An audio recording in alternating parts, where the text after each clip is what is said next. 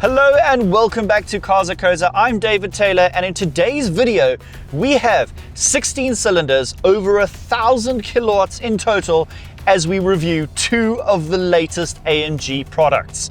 But before we get into this video review and your ears are full of beautiful V8 noises, remember, Cars.co.za, we're not just a YouTube channel, we also sell vehicles. Right now there are over 85,000 vehicles for sale and 4,500 Mercs. Right, Carl, sing us a song. Come on, Cars.co.za. Save your finger and log on to Cars.co.za so you can pick up where you left off. Cars.co.za also learns what gets your engine running and then shows you more cars that are your type. Legit.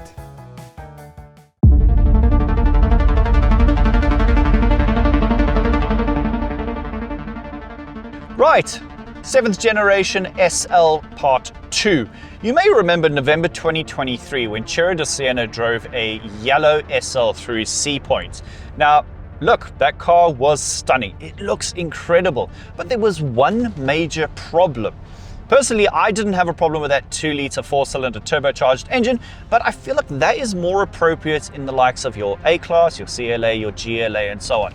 Something as elegant, classy, and graceful as an SL needs a V8. And AMG said, just give us some time, we will bring you the good stuff. And now, in October 2025, we finally have some V8 thunder in the SL. This is the SL63.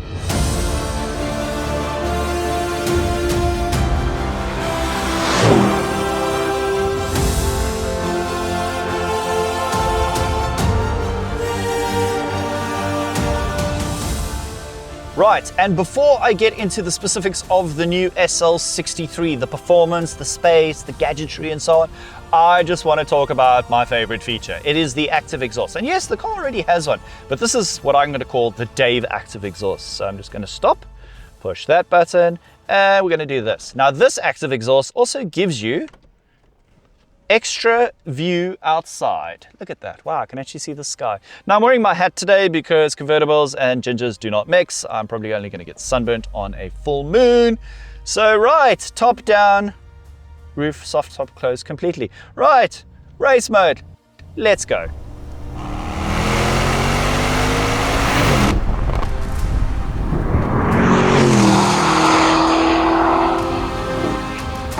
Let's talk about this engine. It is the 4-litre V8 bi-turbo. It's the M177. It's AMG's finest. This is what this car has always needed. No disrespect to the SL43 2-litre, but honestly, for me, that's like going into McDonald's and having a salad. No, it's not good enough. You want all the good stuff. 430 kilowatts, 800 newton meters, all-wheel drive.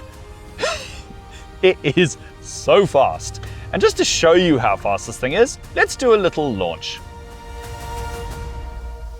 And unlike some other Bavarian brands, BMW, launch control is really easy to do. So simply just put it into race mode, foot on the brake, race start active, let's go.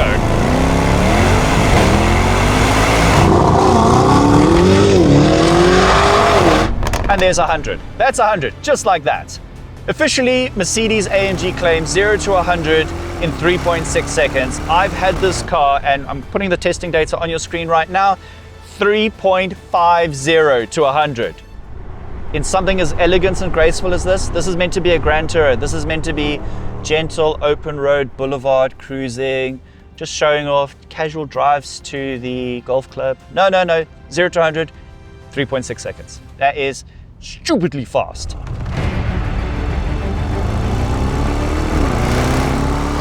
So let's find some corners and attack them. The grip levels are really good. Brakes are good as well. I feel connected to the car. For something that's not meant to be a sports car, this is really engaging. And the noise out the exhaust.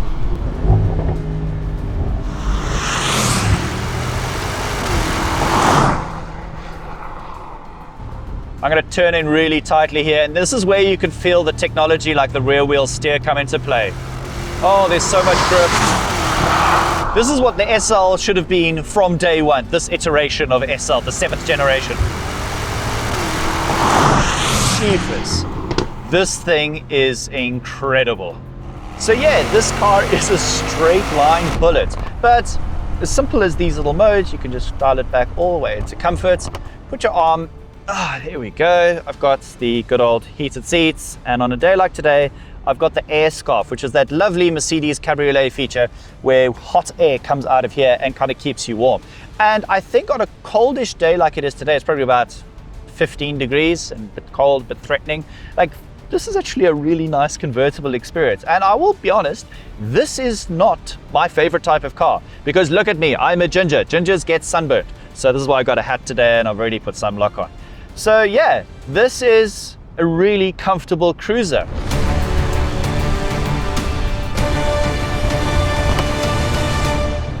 Right, as mentioned, there's a number of modes I can flick through: comfort, sport, sport plus, and race.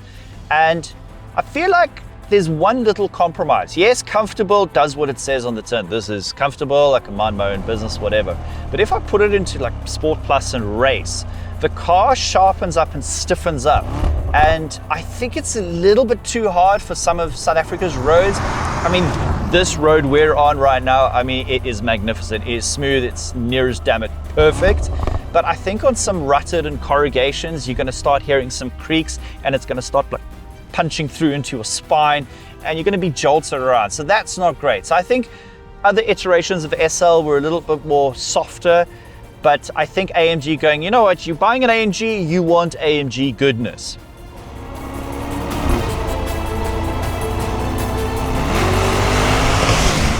Yeah, so driving experience of SL63, this is great. The noise is there, the handling is there. I mean, for the average guy like me, this is pretty much all you're going to need. Let's talk about the segments. Now, when it comes to luxury, sports car, supercar performance, when you look at that segment, there's actually not that many vehicles around these days. I mean, recently launched for South Africa, Porsche 911 GTS, that is a terrific vehicle. That's around 3.6 million, 0 to 100 in 3 seconds dead. It's a straight line bullet.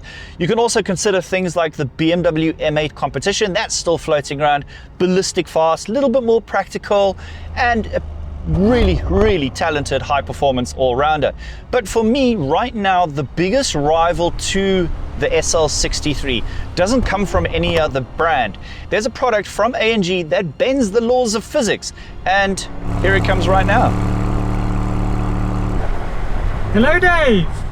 What's with the hat, the golfer's hat? Are you trying to be Rory McIlroy or maybe Ian Paul Taylor? No, this is Samuel L. Car Reviewson. No, that's terrible. It's anyways, back to the cars. That's a very blue Raging Smurf. Yes, and I think it is the biggest problem to your car, because for only 400,000 more rands, you can have this. And in the scheme of things, when you're spending 4 million, it's probably not that much extra. I have 150 odd kilowatts more than you, a ton more torque, and this is probably the most dynamic AMG I have ever driven. Sure, I think I've fallen in love with it just based on the looks alone. And as fast as my SL63 is with its 430 kilowatts, I think 600 kilowatts of GT63 SE performance is going to require a special set of hands to get the most out of it. I mean, I'm brave, but I'm not that brave. So I'm going to let Ashley go have some fun. He's driven around the many racing tracks of the world, professionally as a racing driver, that is. So Ash, knock yourself out. Let's hear some noise and put it into race mode and be on your way. Fair enough. Let me rotate the levers here into track mode, and here we go.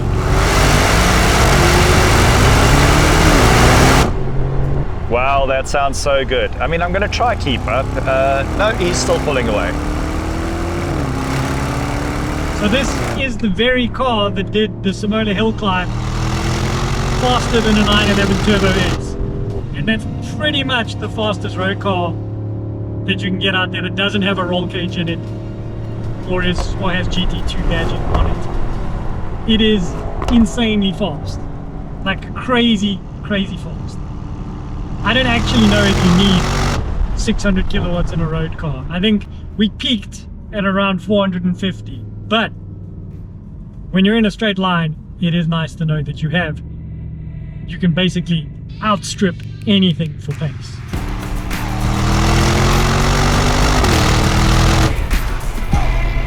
Okay, now one of the features in this AMG GT 63 is it has a teleport mode. So Dave has been teleported into the car with me. How did I get Ash? How many features does this car have?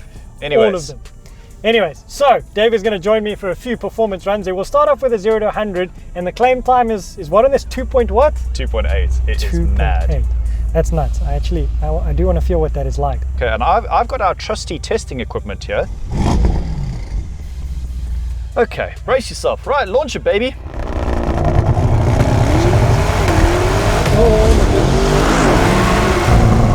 That's pretty sharp. Pretty sharp. I don't think that was 2.8 though. I think it was sharp. That was 3.2.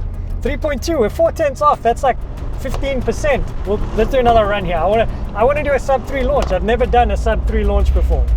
Look, I think in the car's defense, I think the tires are a little bit cold. We haven't quite primed them up yet. It did have a little bit of a tuck, tuck, tuck as the wheels for traction there. But I'm going to swing this around. We're going to go the other way. What I do love about GT cars is that you've got all this weight over the front wheels, but helps it dig into a road surface.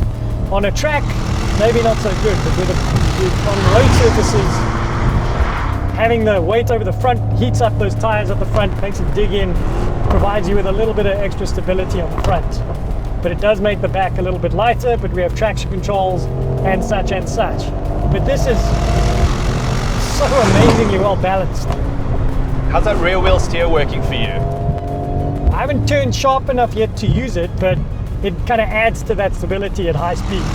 How do you feel about ceramic brakes? Because for me, this gives me a conundrum because I understand that they're high performance, but how many people are actually going to use them? What are they like in the real world?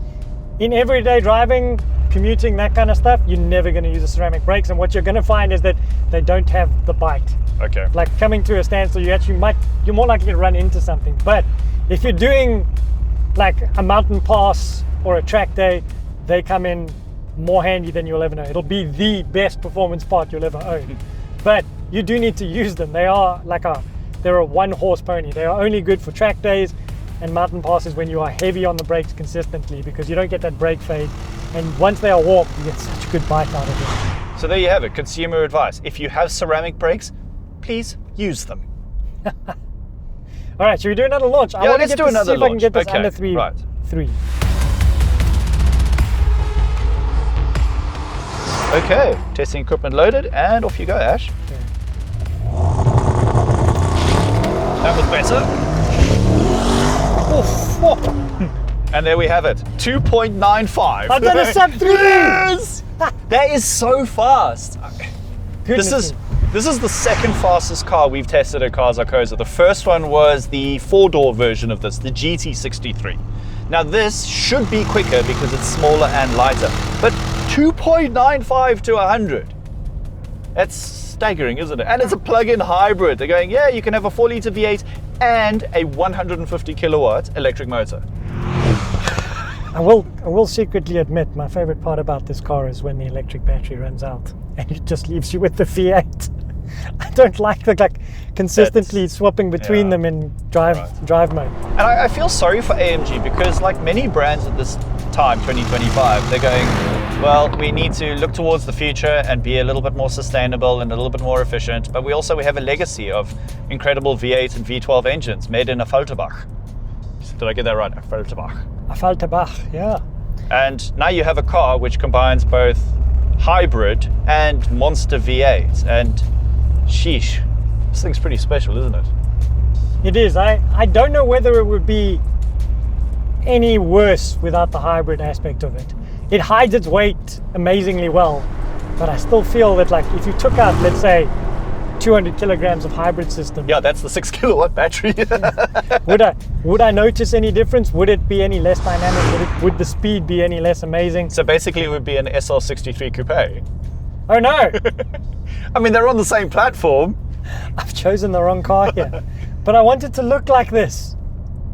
Yeah, I mean, this is quite ironic that a Ginger is really enjoying his time in a convertible. Okay, granted it is a cloudy day and I have drunk 50 bottles of sunblock, but yeah, I'm torn. I really like this thing. I'm still terrified of it though. We did speak about this only being 400,000 Rand more than your SL. Is that really the truth? Is this car only that much more? Only 400k more? And now this brings me to, let's play a game of guess the options. Okay, let's look at the options. Okay, the blue paint. You ready? Matte Hyper Blue Magno. Can I have a guess? Go for it. 80,000 Rand. 135. Okay, 135,000 Rand for paint. Okay, forged wheels. 60k. 88,000 Rand. Always 20,000 Rand short. Okay, here's your chance. Right, pano roof, this nice piece of glass. 30k. 21. Hey, go Max, saving me money. Okay, this nice light cream. The cream interior? Napa interior, how much? Napa interior. 15,000. 35. Well, I lost my money again there. Okay. You enjoying these AMG sports seats? I am. They the are good bolstering seats. is lovely. Have they got massage functionality? No. They do have an Afalterbach logo in here. So nice. I would say 25,000 Rand seats. No, don't. 50. 50,000 Rand for seats. So we're now at what are we at? 300,000 Rand worth of extras already? Yeah, thereabouts. Okay. Guys, you can actually paint your seat belts. These are the standard colors. Surely you can have yellow. Yellow you can is always have the yellow color. and red Yellow for is 10,000 Rand. Sounds Okay. extortionate. Now, while it does have a lovely V8 bi-turbo engine with one of the nicest notes ever, you can get a Burmester audio system, and this one has it. This has How it? much for the flagship Burmester audio system? Does it say how Ash? many speakers it is? Yes, it's all of them. All of the speakers. So All that's of the 18. 115. 115,000 Rand Burmester. 115,000. I knew it would be about 100,000. But it's just lovely depending though. on their number of It's speakers. lovely though. Burmeister is a really good system. Yeah, I had all the best of the 80s rock and jazz on the way here to the shoot. It was lovely. It was lovely. And then ABBA. probably the Big most ABBA fan. practical and sensible option ever, because you know we have potholes and speed bumps. You have the ability to lift the front axle, and that unfortunately is an option, but I think that's a must-have. Dude, I've used that so many times. Yeah, since we I got my car. almost beached this and the SL at our office on the ramp because it's got a terrible breakover angle. So Is that we really need. an option? Yes, it is. Surely that. How should much be a do you think it standard is? Feature. How much? 50,000 Rand. 41,000 Rand. It's the closest I've been, but that does seem like it should be a standard feature. Yeah, Mercedes-Benz. or a dealership mandated option, something like that. Yeah, I mean, so by my rough estimates, this car is 4.6 million Rand. Wait, your Merc all in for 3.9 or whatever it is? No, that's got options as well. Okay, so maybe they are priced Yeah, so similarly. my SL63 that I've been assessing, I estimate that's at about 4.2. So there's 400,000 Rand difference. Yeah, it's No, still wait. 400,000 Rand. We had that whole conversation. It's still 400,000 Rand. Yeah. So, despite both cars having about 400,000 Rand's worth of options on them, on top of the 4 million Rand they Yeah. cost, which one does the most for you? Which one would you take home? This is a very tough question because I like them both. I really do. I think that SL63, they've fixed the problem with the SL. I mean, I didn't have a problem with the 4-cylinder, but the fact that it's no longer on sale in South Africa with that 2-litre 4-cylinder motor. No one was buying that. Come No on. one's buying that. You want the V8. AMG makes a lovely V8, match made in heaven. But that's a convertible. I don't do convertibles. I just get sunburnt, even on a full moon. So right now, I think I'm leaning towards this, the GT. If you drive this, do you lose that hat? What's wrong with the hat? What's right with the hat is basically what he's implying. I think if it's a style choice, you should be in this instead of that. Fair enough. But also, I've never been the biggest fan of convertibles, other than the MX-5. Every MX-5 experience I've had has been lovely. Like, that's the purest form of little roadster you can get. I do think the GT is proper. So if you have won the Powerball and you're looking to splurge out on a supercar AMG, do you think that's a fair tag? A supercar performance? This is definitely a supercar. Yeah, Absolutely. sub 3 seconds to 100 is not slow by any stretch of the imagination. I think this is one of the most incredible high-tech vehicles we've seen on our channel in many, many, many years. Yeah, I think this is iconic. This is a big step for Mercedes-Benz. Do you want to do another launch? Another launch? Yeah, why not? We're here, we've got the road to ourselves. All right. Slightly My head uphill. is in the race mode. Okay, off you go, sir. Send. Full send.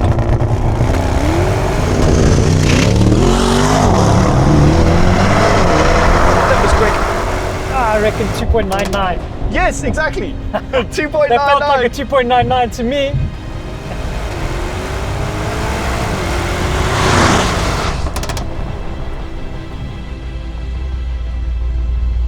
Well, it's been quite the day having both of these cars here. I mean, as far as office days go, this has been pretty special, and I'm still not quite brave enough to take that GT home. It really is a monster, and it's going to be one of the most powerful and fastest cars I will ever drive in my career. So right now, I'm very happy in my convertible, taking the leisurely drive home, and I've got my favorite tunes going. And that brings me to the end of the video. I hope you've enjoyed this. I mean, these are two very special cars from AMG. It's good to see a return to form, some proper V8 thunder. And if you want one of these AMGs or any other Merc or any other car for that matter, remember Cars.co.za, we sell cars. We've got 85,000 vehicles for sale, plus a number of tools to make your car buying journey that much simpler. You're even able to WhatsApp the dealer. It's as simple as that. I will see you in the next video review. Okay, bye.